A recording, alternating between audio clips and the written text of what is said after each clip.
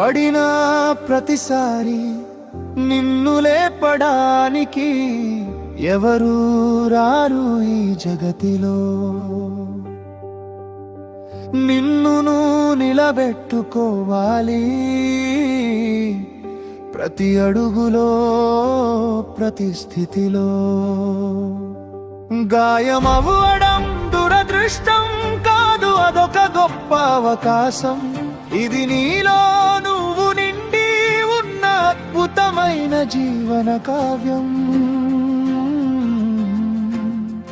గాయం లోతులోనే ఉంది నీలో నవ్వు ఎంత నిండి ఉందో.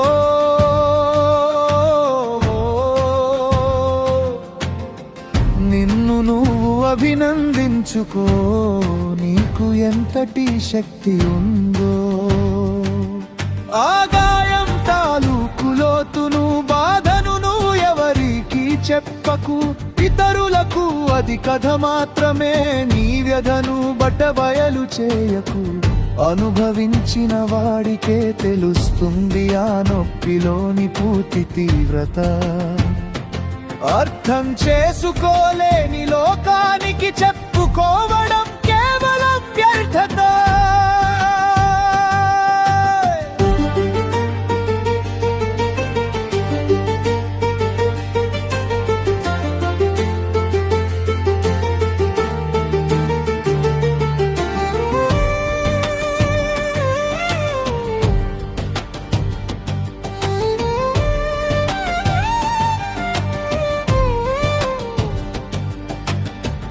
గాయం నుంచి పుట్టిన మంటలో కాలిపోతే నువ్వు పిరికివాడి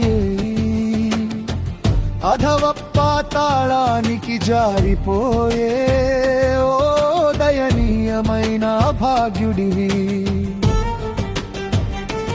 కానీ ఆ మంటను వెలుగుగా మార్చుకుని నువ్వు బయటపడితే గాయంలోతును విశ్లేషించి దినదినాభివృద్ధి చెందుతూ నిలబడితే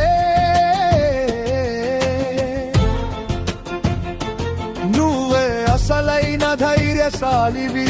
నీ కన్నీళ్ళే నీకు ఆయుధాలు కావాలి. ఓ మనిషి,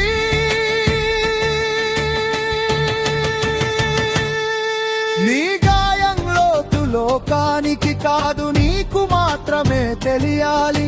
అది నీలో అగ్నిని రగలచాలి. ఆత్మావలోకనం చేసుకో మిత్రమా. ధైర్యంగా అడుగు ముందుకు వేయడం ఒకటే నీ ముందున్న మార్గమా. అప్పుడు ఈ జీవితం అనే సామ్రాజ్యానికి నువ్వే రాజువి. నిలబడు నీ గెలుపుకై శ్రమించే అలుపెరగని యోధుడివి. పడిన ప్రతిసారి లేపడానికి ఎవరు రారు, నిన్ను నిలబెట్టుకోవాలి. గెలుపు తీరాల వైపు సాగుతూ నిన్ను నువ్వే అభినందించుకోవాలి.